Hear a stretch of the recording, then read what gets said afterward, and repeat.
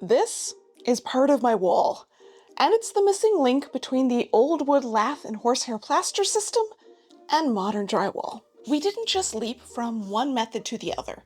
It took nearly a century of experimenting and advertising, a housing boom, a war, and not the one you would expect, a do-it-yourself trend, and a material so popular it started a smuggling ring out of Canada. And you can see that, quite literally, in my walls. Or rather, the part of my wall that got removed while restoring the archway. There's what appears to be a 3/8 inch wide drywall and another 3/8 inch of plaster on top of that. Since drywall was literally named for not having to use wet plaster, it seems like a dramatic level of overkill. Why use both? Unfortunately, the answer to that didn't drop out of my walls along with this, so I'm going to have to dig through some old trade magazines and advertisements to figure it out. Oh, and one amazing instructional video from the 1940s you're going to see a lot of because it's useful and funny. There is, of course, more than one way to build a house, but one of the popular older systems was to finish the interior walls by way of lath and plaster. Lath is narrow boards running horizontally with small gaps between them. The plaster, often lime base mixed with horsehair, is then applied thickly over the top. The gaps allow some plaster to squish through and dry, essentially locking it into place with what are called keys. Since it can take a fairly long time for plaster to dry and cure, the building up of layers to achieve a smooth finish that was thick enough to not crack or damage easily took days, if not weeks, for an entire house. And relied on comfortable weather. Too damp and the dry time would take forever. Too cold and it wouldn't work at all. The drying also puts off a lot of moisture and heat, so that could be incredibly unpleasant to work around. It takes a lot of time, effort, skill, and product. Then it's still an entire year of curing before it can be papered or painted. There's too much moisture until then, not the most efficient option to bring forward into the houses of the future. Unpredictable and hard to track, just like my budget lately. That's why I'm so glad to introduce the sponsor for today's video, Rocket Money. With all of the house projects going on at the same time, it's hard to keep track of different budgets. Following the trends of how much I've spent on food is pretty difficult when I also had to order a new rug and a toilet that month. No, they are not in the same room. And whether you're starting a new project like me or just looking to budget better, Rocket Money is here to help. Rocket Money keeps track of my new regular monthly bills, everyday expenses, and the house updates along the way. This personal finance app allows you to manage subscriptions, lower bills, make a custom budget, and grow your savings all in one place. It keeps track of your spending categories and gives you insights on how to budget better.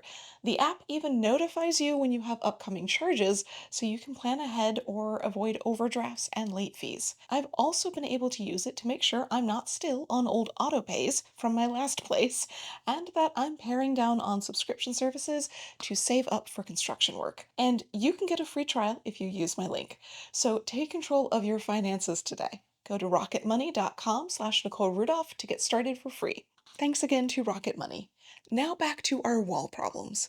In fact, they were so frustrated with the plaster system that the effort to find an alternative goes back to the 19th century, where plasterboard was being advertised as of the 1870s.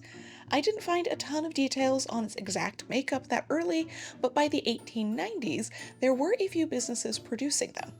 The American Plasterboard Company was making a board 1 to 2 inches thick that had a mixture of plaster of Paris, hair, and reeds. The claim here that it was cat o' nine tails was later corrected to a different reed type. This wasn't the only board type being produced as an alternative to the regular lath system. Utility wallboard, made of fiber board and asphalt pressed together in layers, would be easy to attach, but required wood strips to cover the seams.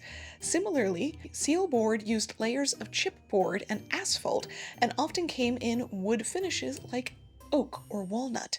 The surface would just be imprinted with the appropriate grain. Another product, called compo board, pops up in the 19 teens and allows for a smooth wall. It's a composite of wooden slats that have already been cemented together. It just requires taping or laying fabric strips over the seams to even it out. This article mentions that it's popular for smaller homes where the owner wants to do their own construction work. In general, all of the options were advertised this way. Not just a faster construction option for professionals, but a nearly foolproof option for both amateur homeowners and a range of experience that contractors would have. Despite this growing range of options, the old system of lath and plaster did not disappear immediately. From what I could find, this came down to the same issue for both types: cracking. Plaster on a wood lath system cracked with time and weather changes. Wood and plaster deal with moisture and heat differently and are constantly at odds. If done properly with the right spacing and thickness of plaster, the cracking would be less likely to happen, or at least less intense. The various boards would help prevent cracking along their surface, but the seams turned out to be a major source of problems. Covering them smoothly was an issue to start, and then cracks were far more likely to form along those seams later. A thin layer of plaster or another compound at the joints was not holding up against the house's movement. So, for the first few decades of the 20th century, plasterboards in all their variety continued to be sparingly used. This was about to change for a few reasons, however. One of the other popular options for walls was gypsum. Gypsum itself goes far back. It's a mineral compound that has a strange variety of uses. As a fertilizer, it grew in popularity in the 18th century, and by the 1820s, it was in such demand, there was apparently a smuggling trade bringing it from Nova Scotia to the US for farming. Its use in construction, whether as a mortar or wood substitute, is ancient. One of the largest rock beds is near Paris and gave it the nickname Plaster of Paris. We still differentiate between gypsum and plaster of Paris because they are slightly different processing methods of the raw material. Gypsum as a plaster also works well alone or blended with sand, wood, or other fibers. It dries and sets quickly, is less sensitive to freezing temperatures than other plasters, is fairly fire resistant, and doesn't transfer heat well. Boards were invented at some point in the 19th century, but like the other options, only really show up in advertisements and builders' magazines regularly as of the 19 teens. The term sheetrock was commonly applied as it was a sheet of mineral product. There are tons of advertisements for its usage from the 1920s onward, particularly noting its resistance to fire. This is not to be confused with asbestos, another mineral with some similar capabilities, which was occasionally made into boards as well, though far less commonly used inside and more likely to show up outside in siding. Way more on that here if you're interested. In fact, gypsum was so good at fireproofing that when the World's Fair of 1933 took place in Chicago, 3/8-inch gypsum plasterboard was used throughout the interiors and 1/2 inch on many of the exteriors, specifically for that quality and the construction speed. So gypsum served as an option for both a solid board and the plaster itself. The plaster industry then figured out a way to use it for both at the same time. If the boards could be used as the lath and then covered in plaster, it would solve the issues of cracking seams. They just needed to add a little bit of metal around the edges to strengthen it, while some of the early gypsum lath boards had holes dotted to function like the old key system. They also developed a paper that plaster would stick to. You can see all of these features in my wall chunk: the thin paper on either side of the board, and the metal strip and grate along the quarters. Theoretically, this system would reduce the likelihood of cracking, but still retain the temperature and sound resistance of a thicker plaster wall, as well as the fire resistance from the gypsum itself. My house has had more than 70 years of testing this theory. There are some minor cracks above doors and windows, as well as a few that run along the joints of the ceiling. My guess is that the plaster is a bit thinner up there, so that would track as the problem area. It's also almost entirely in the larger rooms that have less support and presumably a bit of sagging ceiling. This construction process was certainly much faster than the lath and plaster of a century earlier, but was not enough to keep up with the changing housing demand. Post World War II, there was a massive boom in construction, specialists spending hours working on each house, followed by days of waiting for plaster to dry, was not an option. So they turned back to the various fiberboards to find a faster method. Still, the problem of cracking seams remained. In the 1920s, there was an effort to develop metal bands that would hold the seams of the wallboards together, but that took time and ramped up the cost. By 1950, however, a new joint compound was created that could be spread thin, supported only by tape mid layers, and not crack. The boards came in quarter inch, 3/8 inch, or half-inch thicknesses, depending on the demands. Additional heat proofing with an aluminum layer on the exterior of the board was also an option, as was doubling up the 3/8 inch with the second panels rotated sideways with compound between them. Walls could now be adjusted to fit most needs and seamed up, well, seamlessly. Drywall was still the less common option, however. Some areas resisted it, and even in places that it was deemed popular, like LA, only about 25% of new homes were using it as of the early 1950s. It was more expensive, and homebuyers were wary of its quality and longevity. Another event was about to widen a genre of customers, however. The Korean War had the American government setting regulations on materials as of 1951. Limitations on steel and copper restricted everything from wire to plumbing to nails in newly built houses.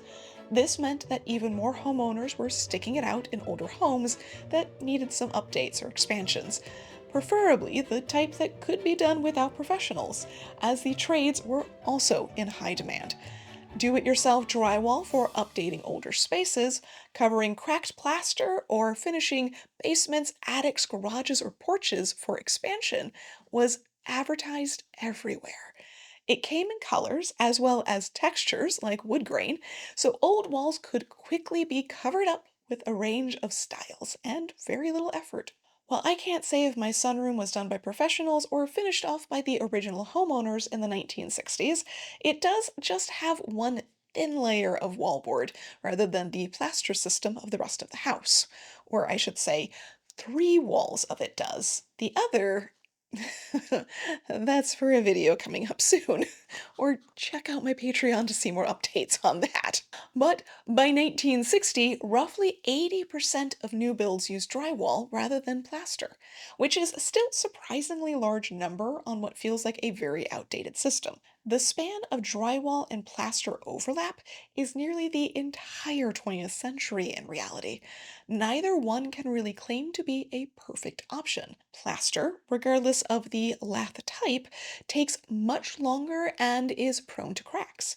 But it does provide an extremely hardy wall that resists heat and flame. I've found that it is much sturdier to put a nail or screw into the older walls of this house. There's a solid 3/4 inch before I would even reach a stud, and nothing has threatened to fall out yet. Whereas the number of whoops, that's a hole that occurred in my sunroom doing some demolition last week was a lot. This one is where the old thermostat for the baseboard radiators was, admittedly, but you can see just how thin it is. Also, you can see the outside of the house that got covered up. It took me quite a few solid hammer blows or a chisel to get that deep into the plaster. The one complication I have discovered is that melding the old plaster walls with new requires extra effort. In the case of this archway, they used 5/8 inch thick drywall and then built up a thinner layer of plaster on top of that to match. Which, can we just take a moment to see how gorgeous this is? Once it's painted, you'd never know it wasn't the original arch. It still took three separate coats of plaster on top of smoothing over the joints, which meant almost a week of layers and dry time. The last one heavy layer ended up drying over a weekend, which worked perfectly. It's slow and requires a lot of skill, but that's also why this house is so special, placed directly between the old and modern methods. I mean, literally. This This, Jesus, this thing is so heavy. Nope, this is part of my wall.